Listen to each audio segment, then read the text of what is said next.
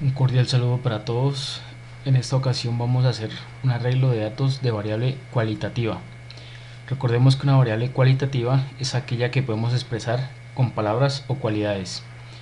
Vamos a hacer el ejemplo que dice: se realizó una encuesta a 63 personas sobre su opinión de cuáles deberían ser las inversiones prioritarias del gobierno.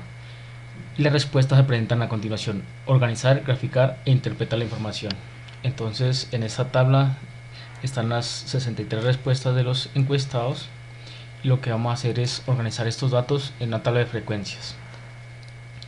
Entonces se recomienda que para cada una de las respuestas diferentes hacer una clase. Entonces para este caso tenemos que educación es una clase, salud es otra clase, empleo es otra clase y vivienda es otra clase. Y con ello hacemos la tabla de frecuencias. Para este caso, para una variable cualitativa, tenemos que solamente está la frecuencia absoluta y la frecuencia relativa. Es decir, que ya no está la frecuencia absoluta acumulada ni la frecuencia relativa acumulada. Entonces aquí en la frecuencia absoluta vamos a hacer el conteo. ¿Cuántas personas de las encuestadas dijeron que educación debe ser la inversión prioritaria del gobierno? ¿Cuántas personas dijeron que salud? ¿Cuántas personas dijeron empleo? ¿Y cuántas personas dijeron vivienda? Entonces podemos hacerlo de forma visual, contando las personas que dijeron educación y colocando ese valor aquí en la frecuencia absoluta, o hacer que Excel nos ayude con ese conteo. Entonces para ello colocamos el igual, escribimos la opción contar si conjunto, esta opción de contar punto si punto conjunto, seleccionamos esa opción, seleccionamos los datos, que en este caso son la tabla, y para efectos de luego alar o arrastrar vamos a fijar esa tabla. Recordemos que para fijar presionamos F4. Entonces ya presionamos F4, nos aparece este símbolo al lado de las letras y los números, y luego vamos a escribir punto y coma según como nos va diciendo aquí Excel, y debemos colocar el criterio.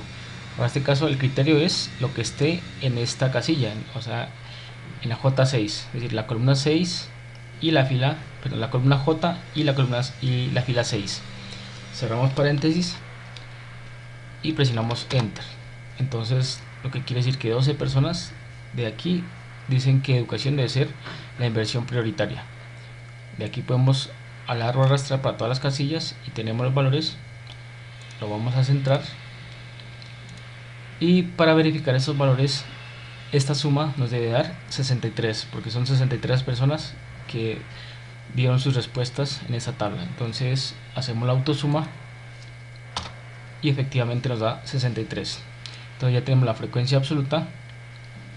De aquí ya podemos sacar los análisis que nosotros queramos. Podemos decir que 12 personas dijeron educación, 13 personas salud, 24 empleo y 14 personas vivienda.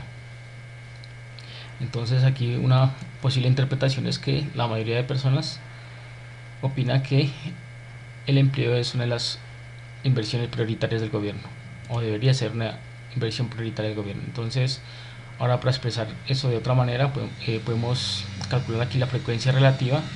Recordemos que la frecuencia relativa es igual a la frecuencia absoluta dividido entre el número total de datos, en este caso 63. O sea que podemos escribir 63, o también podemos seleccionar este valor, esta suma de todos los valores. Si hacemos eso de seleccionar este valor, tenemos que fijarlo para que todas las divisiones se hagan por el mismo 63. Entonces fijamos con F4, presionamos Enter y obtenemos el 19%.